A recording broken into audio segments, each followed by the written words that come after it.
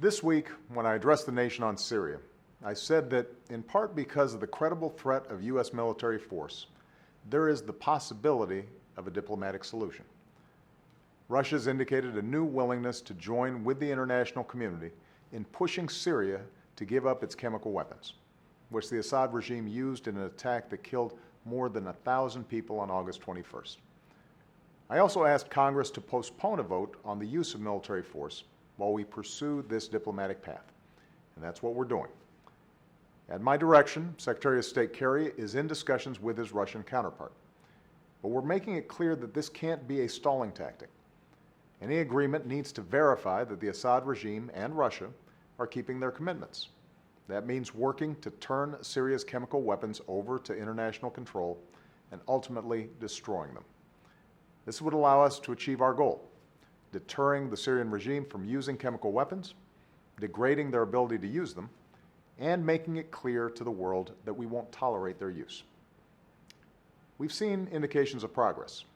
As recently as a week ago, the Assad regime would not admit that it possessed chemical weapons. Today it does. Syria has signaled a willingness to join with 189 other nations, representing 98% of humanity, in abiding by an international agreement that prohibits the use of chemical weapons. And Russia has staked its own credibility on supporting this outcome. These are all positive developments. We'll keep working with the international community to see that Assad gives up his chemical weapons so that they can be destroyed. We will continue rallying support from allies around the world who agree on the need for action to deter the use of chemical weapons in Syria. And if current discussions produce a serious plan, I'm prepared to move forward with it. But we are not just going to take Russia and Assad's word for it.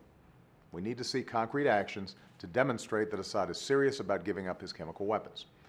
And since this plan emerged only with a credible threat of U.S. military action, we will maintain our military posture in the region to keep the pressure on the Assad regime.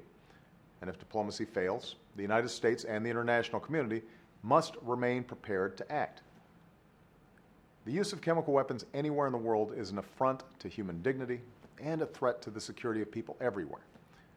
As I've said for weeks, the international community must respond to this outrage. A dictator must not be allowed to gas children in their beds with impunity. And we cannot risk poison gas becoming the new weapon of choice for tyrants and terrorists the world over. We have a duty to preserve a world free from the fear of chemical weapons for our children. But if there's any chance of achieving that goal without resorting to force, then I believe we have a responsibility to pursue that path. Thank you.